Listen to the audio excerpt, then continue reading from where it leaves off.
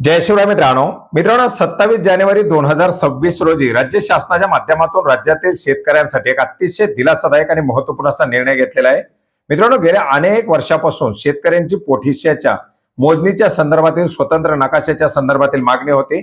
मात्र पोटहिस्साच्या नकाशे पोटहिस्साची मोजणी हा एक डोकेदुखीचा विषय बनलेला होता आणि याच्या संदर्भातील आज 27 जानेवारी 2026 रोजी राज्य शासनाच्या माध्यमातून एक अतिशय महत्त्वाचा आणि मोठा निर्णय घेतलेला आहे, ज्याच्यामुळे आता राज्यातील सर्व पोटहिस्सांची मोजणी आणि त्यांचे स्वतंत्र नकाशे आणि स्वतंत्र सातबारे अद्ययावत करण्यासाठी मंजुरी दिलेली आहे। आणि याच्या संदर्भातील एक महत्त्वाचा असा निर्णय आज 27 जानेवारी 2026 रोजी घेण्यात आलेला आहे। मित्रांनो, याच्या संदर्भातील एक शासन निर्णय आज आपण पाहू शकता। ग्रामीण भागातील शेतजमिनीच्या पोटहिस्साची मोजणी करून नकाशे व सातबारा अधिकार अभिलेख अद्ययावत करण्याबाबत याच्या संदर्भातील आपण पार्श्वभूमी पाहू शकता। मोठ्या प्रमाणात मागणी याच्या संदर्भातील शासन निर्णयामध्ये महाराष्ट्र राज्यामध्ये प्रथम भूमापन व जमाबंदीची कारवाई 1890 ते 1930 दरम्यान झालेली आहे। प्रथम भूमापन व जमाबंदीच्या वेळी अस्तित्वात असलेल्या धारकाच्या शेतजमिनीचे नकाशे अधिकार अभिलेख जमिनीची प्रतवारी जमिनीची आकारणी ही निश्चित करण्यात आलेली आहे। आणि मूळ जमाबंदीच्या वेळी राज्यामध्ये एकूण 50,21,213 भूभाग नकाशे आणि तेवढेच सातबारे अधिकार अभिलेख तयार करण्यात आलेले होते। मात्र एकत्रीकरण योजनेच्या दरम्यान मूळ जमाबंदीच्या वेळी तयार करण्यात आलेल्या अधिकार अभिलेखामध्ये नव्यानं तयार करण्यात आलेले पोटहिस्से धारकाच्या जमिनीच्या पोटहिस्साची मोजणी करून नकाशे अद्ययावत करण्यात आलेले आहेत।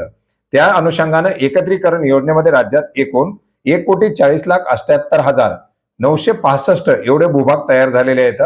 राज्यात 1992 पासून माहे डिसेंबर 2024 पर्यंत खरेदी हक्कानं वारस वाटणीनं हक्क सोड पत्रानं आणि हस्तांतरण या कारणामुळे नव्याने सातबारा अधिकार अभिलेख तयार झालेल्या पोटहिस्साची संख्या ही 2,12,76,499 एवढी आहे।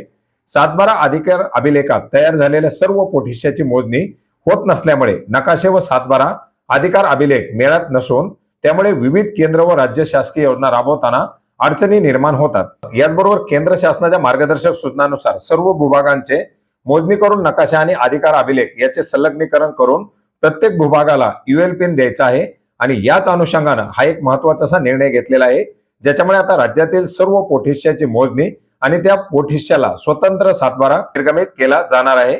याच्यामध्ये प्रकल्पाची उद्दिष्ट देण्यात आलेली आहेत। राज्यातील सर्वे नंबर गट नंबर मध्ये तयार झालेल्या पोटहिस्साची मोजणी करणं, अधिकार अभिलेख सातबारा नकाशा अद्ययावत करून मेळात आणणं आणि प्रत्येक सातबाऱ्याला प्रत्येक भूभागास भू आधार क्रमांक अर्थात यूएल पिन देणं। प्रकल्पाचे फायदे काय होणार आहेत? सातबाऱ्यानुसार धारका स्वतंत्र पोटहिस्सा आणि भूभाग नकाशा उपलब्ध होईल। धारकाचं क्षेत्र आणि हद्दीविषयीचे असलेले वाद कमी होणार आहेत। अधिकार अभिलेख सातबारा व त्याचे नकाशे तंतोतंत मेळात ठेवणं शक्य होईल। भूभाग नकाशे अधिकार अभिलेख संलग्नीकरण करता येईल। शेतकरी विविध बँका पीक विमा कंपनी याचप्रमाणे नुकसान भरपाई निश्चित करण्यासाठी अद्ययावत डाटाबेस उपलब्ध होणार आहे। खरेदीपूर्व मोजणी प्रक्रिया कारवाई करण्यासाठी अचूक डिजिटल डाटाबेस तयार होणार आहे। हा सर्व प्रकल्प राबवण्यासाठी एक समिती गठीत करण्यात आलेली आहे आणि या समितीच्या माध्यमातून या प्रकल्पाची पूर्णपणे देखरेख केली जाणार आहे। मित्रांनो, याचबरोबर याच्या अंतर्गत पोटहिस्सा मोजणी प्रकल्पाच्या कार्यकारी मंडळाची रचना देखील करण्यात आलेली आहे। याचबरोबर जिल्हा स्तरावरती जिल्हाधिकारी यांच्या अध्यक्षतेखाली सुद्धा समिती गठीत करण्यात आलेली आहे, तर तालुका स्तरावरती उपविभागीय अधिकारी यांच्या अध्यक्षतेखाली सुद्धा समिती गठीत करण्यात आलेली आहे। अशा प्रकारच्या वेगवेगळ्या मंडळ आणि समित्या गठीत करून आता राज्यामध्ये प्रत्येक पोटहिस्साची मोजणी आणि त्या पोटहिस्साचा नकाशा त्या पोटहिस्साला स्वतंत्रपणे सातबारा अशा प्रकारची प्रक्रिया करण्यासाठी मंजुरी देण्यात आलेली आहे।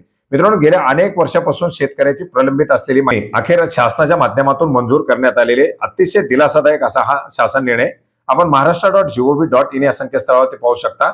याची लिंक आपल्याला व्हिडिओच्या डिस्क्रिप्शन बॉक्समध्ये सुद्धा मिळेल। धन्यवाद।